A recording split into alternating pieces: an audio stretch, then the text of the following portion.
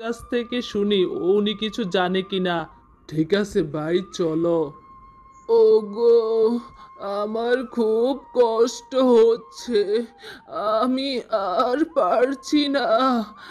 এর চেয়ে তুমি নিজের হাতে আমাকে মেরে ফেলো, মেরে ফেলো।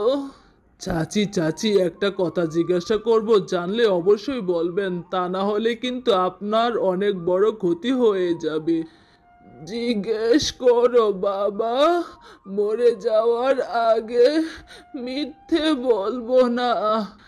আচ্ছা চাচি, আপনি কি ওই থালার বিষয়ে কিছু জানেন? হ্যাঁ বাবা, জানি, কিন্তু এখন পর্যন্ত তোমার ভাইকেও বলিনি। তাহলে বলুন চাচি, কোথায় ওই থালা? বাবা, আমাকে ক্ষমা করে দিও। ওই থালাটা আমি চুরি করে লুকিয়ে রেখেছি। ওই থালাটা দেখে আমি লোভ সামলাতে পারিনি। ভেবেছিলাম একটা থালা নিলে কি আর হবে। ও মা, ওই আলমারির মধ্যে ওই থালাটা রাখা আছে। ওগো, তুমি গিয়ে এই থালাটা দিয়ে আসো আর আমাকে বাঁচাও। চাচি, আপনি এত বড় কাণ্ড করে বসে আছেন, এটা নিলে যে সমস্যা হবে সেটা কি আপনি আগে থেকে জানতেন না? শুনেছিলাম রে ভাই, কিন্তু বিশ্বাস করিনি।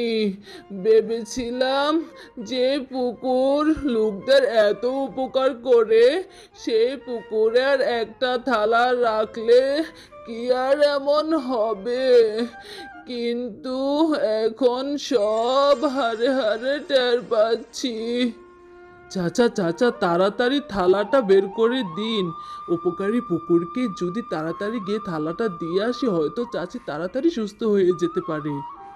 এই নাও ভাই, ওই পুকুরকে বলো তোমার চাচিকে যেন ক্ষমা করে দেয়। ঠিক আছে, আমি বলবো, তাহলে এখন আমি যাই। এই ঘটনার পর সোহাগ গ্রামের সবাইকে ওই পুকুরের সামনে হাজির করে।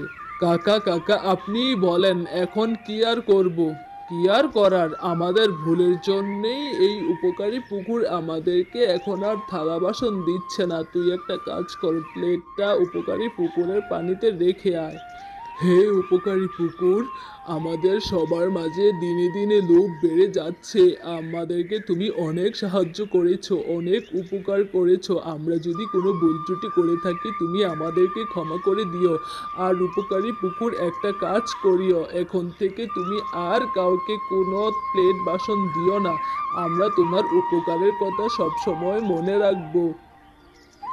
তারপর থেকে উপকারী পুকুর রয়ে যায়, কিন্তু উপকারী পুকুর আর কাউকে উপকার করে না।